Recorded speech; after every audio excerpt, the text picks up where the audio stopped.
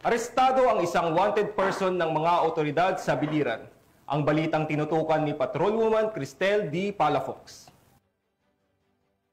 Mga otoridad ang isang lalaking wanted person sa kasong paglabag sa RA 9262 sa Barangay Poblasyon, Almeria, Biliran. Bandang alas 11:55 ng tanghali nang maresto ang akusado ng mga tauhan ng Almeria Municipal Police Station kasama ang Biliran Provincial Intelligence Unit sa bisa ng warrant of arrest para sa kasong paglabag sa RA 9262 o Anti-Violence Against Women and Their Children Act of 2004 na may narekomendang piyansa na 50,000 piso para sa pansamantalang kalayaan. Dinala ang akusado sa Almeria Municipal Police Station para sa kaukulang dokumentasyon at tamang disposisyon. Ang pagbansang pulisya ay masigasig sa pagtupad ng kanilang tungkulin na panagutin ang mga lumalabag sa batas upang mapanatili ang kaayusan, kapayapaan at seguridad ng mamamayan tungo sa isang ligtas, maunlad at disiplinadong bagong Pilipinas.